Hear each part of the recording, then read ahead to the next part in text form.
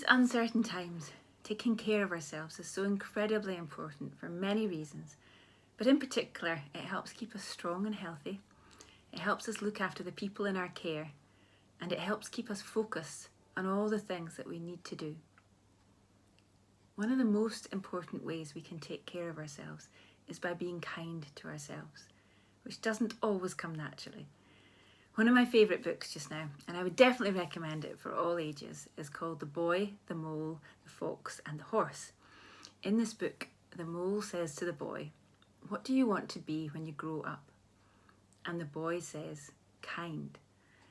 The mole says later, "Being kind to yourself is one of the greatest kindnesses."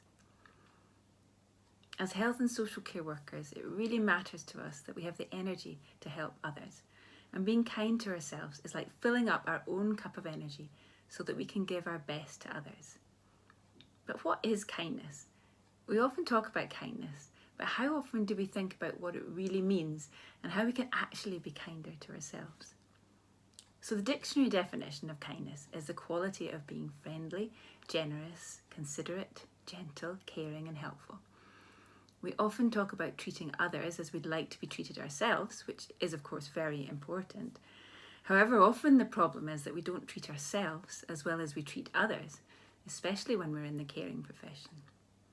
Being kind to ourselves is treating ourselves like we would treat a good friend or family member who we really care about and wanting the best for them. I think sometimes we have the idea that being kind to ourselves is all about taking it easy and having endless bubble baths, which of course can be part of it, but it's so much more than that.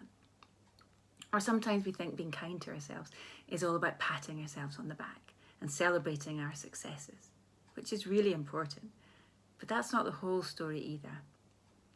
It's actually about being friendly, caring and gentle towards ourselves, which is especially important when we're not having such a good time, or when we feel overwhelmed by emotions, or when we don't feel so good about ourselves. We have a tendency to be self-critical at such times, but that usually just makes us feel worse. We often speak to ourselves in a way we would never speak to anyone, far less a good friend. "I'm such an idiot. I can't believe I said that. I'm just no good at that." Sound familiar? Remember Dobby in Harry Potter, who keeps banging his head against the wall when he says something he shouldn't have? Perhaps we don't go as far as hurting ourselves physically, but we often hurt ourselves with the words we use. One of the best ways to be kind to ourselves is to notice this self-critic and to try to speak more gently and kindly to ourselves. Self-compassion is like a soft place to fall when things go badly. It's the part of us that softly squeezes our own shoulder and tells us kindly that everything's going to be all right. And even if it doesn't feel as if everything's okay, it's okay not to be okay just now.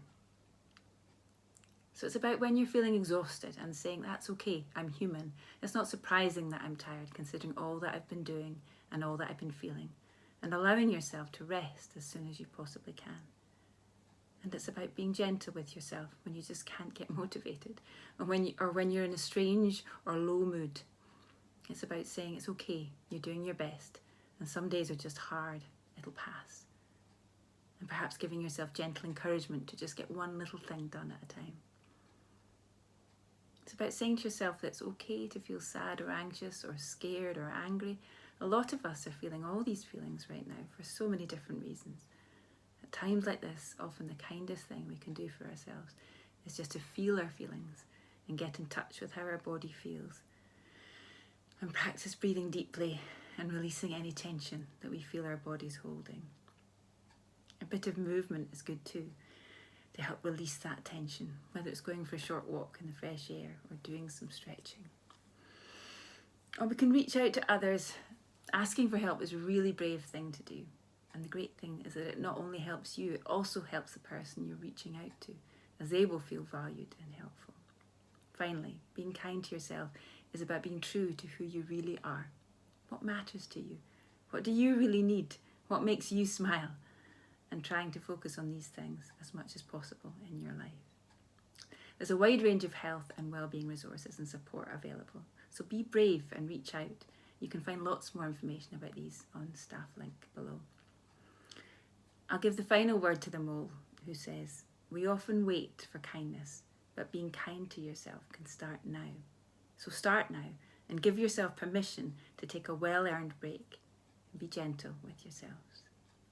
Bye for now.